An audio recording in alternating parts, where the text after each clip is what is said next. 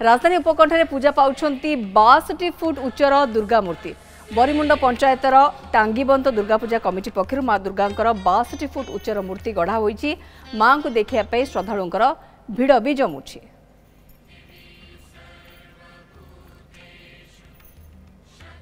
मनोज स्वाई मो सहयोगी आम सहित बर्तमान रोचे। मनोज आपन को अनेक अनेक शुभेच्छा शुभकामना आपन को शारदीय दुर्गा पूजार आप बर्तमान जो रही आमको टे मंडप उपर भी आमको टे सूचना दिंतु केते वर्षर मंडप और आज माँ कौन विशेष नीतिकांति रही।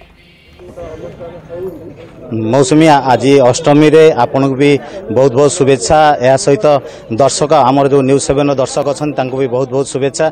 आमे अच्छु भुवनेश्वर उपकंठ बरीमुंड पंचायतर टांगीबंत ग्राम टांगीबंत ग्राम 8 वर्ष आज के 8 वर्ष हेबो एठारे मांकर मूर्ति निर्माण करा जाउची। वर्तमान जो यही वर्ष विशेषत्व होउची एठारे 62 फुट्र मांकर मूर्ति।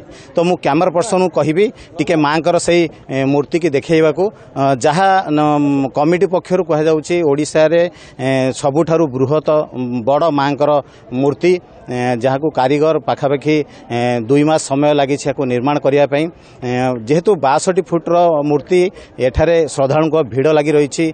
आज सकाळ भी अष्टमी पूजा श्रद्धालु मैंने एठे आसी पहुंचती आम आम पाखे अच्छा माँ आज जो पूजा करुँच। आज भी अष्टमी पूजा अच्छी नना अच्छा नना सहित आम आलोचना करवा आज पूजा विधि केमती कौन रही। आज महाअष्टमी सकाळु माँ सूर्य पूजा करागला।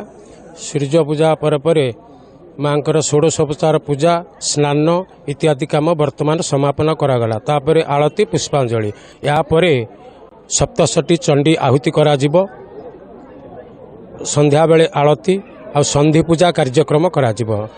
जो बलिदान इत्यादि कार्य करा जिवो। आजिर पूजा कार्य निश्चित भाव मौसम जमी शुणुले नना कहते आज अष्टमी रे जो पूजा विधि रही से अनुसार पूजा ये चली किंतु श्रद्धालुंकर भी ये समागम धीरे धीरे वृद्धि पाई। आम पाखे पूजा मंडपर सभापति अच्छा सहित आम आलोचना करवा केमती कौन पूजा विधि रही। एत संख्यक पर्यटक जो श्रद्धालु एठिके आगमन होची। कटक भुवनेश्वर रे दुर्गा पूजा होते जेहेतु एत बड़ मांकर मूर्ति देखापी लोकंर गहली लगुच। तो केमती कौन प्रस्तुति अच्छी आम सहित कथा हवा। धन्यवाद। आमर तो वॉलंटियर एक्चुअली 100 वॉलंटियर आम रखीचु। आम जो आशा करूँ आशारू अधिक लोक आसुँच आशारू अधिक भक्त आसी ये पहुँचती खुशी लगुच। कहीं आम जोटा माँ प्रसार प्रचार कि माँ जो मूर्ति टी लोकों पाखे पहुँचाई चाहूँ सेटारे आम सफल होइचु। एवं काली भी सप्तमी रे बहुत मात्रा लोक भिड़ थिले। आज आशा करूँ अधिक भक्त माने आसी एठी मांकर जो दिव्य दर्शन करिकी जिवे। आमर जोटा पार्किंग जीवा आसबार रास्ता ताकू भी आमे पूरा क्लीन करिचु। सब सुविधा रही। व्यक्तिगत मु अनुरोध श्रद्धालु माने जो माने दूर दूरांतर आसीबे मां को दर्शन करबे मन से भी व्यवस्था बा बंदोबस्त करा जायछि। रहितले मो सहयोगी आम सहित मनोज स्वाई बारंगुर मो सहयोगी एवं अधिक सूचना हमको दउथले।